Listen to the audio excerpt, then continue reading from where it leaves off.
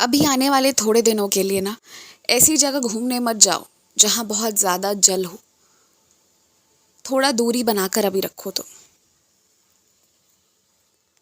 मुझे पता है कि तुम्हें इंतज़ार है मेरे किसी चमत्कार का, कि मैं कुछ करूं।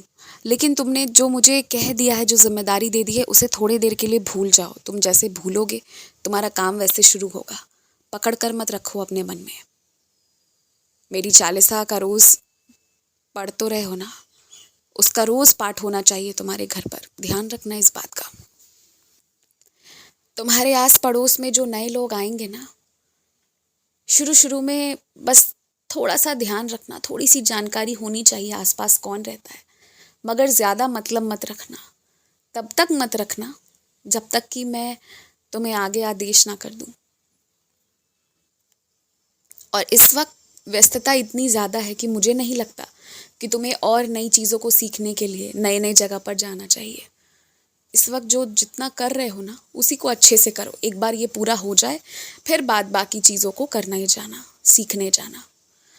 और अपने पाँव के जो जूते चप्पल तुम पहनते हो वो ख़राब हो गए हैं या टूट गए हैं ना, तो तुरंत ही जाकर नया ले आओ। बहुत समय से तुम उसे उपयोग कर रहे थे। देखो, इसी पाँव के सहारे चलते हो, इसलिए अपने पाँव को आराम और अच्छी चीज़ देना बहुत ज़रूरी है। अगर तुम इस वक्त अपने पैसे नहीं निकाल सकते तो जो मेरे नाम के पैसे रखे हो ना, उसमें से ले लो, मगर तुम सबसे पहले अपना इंतज़ाम करो।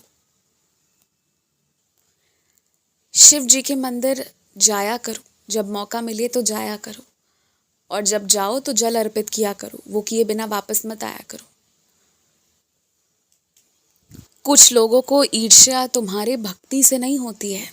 तुम जो करो उन्हें उससे फ़र्क नहीं पड़ता, लेकिन उस भक्ति का परिणाम तुम बदल गए हो, इसके कारण उन्हें ईर्ष्या होती है। पहले तुम उनके बिना नहीं जी पाते थे, अब तुम्हें किसी की ज़रूरत नहीं। पहले तुम्हें बात बात पर रुलाया जा सकता था, और अब कोई फ़र्क नहीं पड़ता। तुम बदल गए हो तो उन्हें ऐसा लगता है कि कहीं तुम गुम तो नहीं गए हो, क्योंकि तुम उनके लिए वो थे ना, मनोरंजन का एक ज़रिया। या ये कह लो कि जब मन ना लगा तो बस तुम में लग जाना। अब वैसा नहीं है। मैं तुम्हारी भावनाओं के साथ किसी को खिलवाड़ होने अब कभी नहीं दे सकता।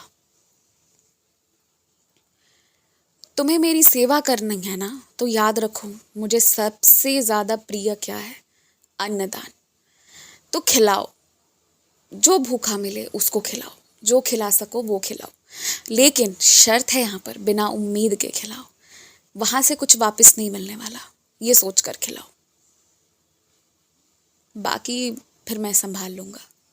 खुश रहो।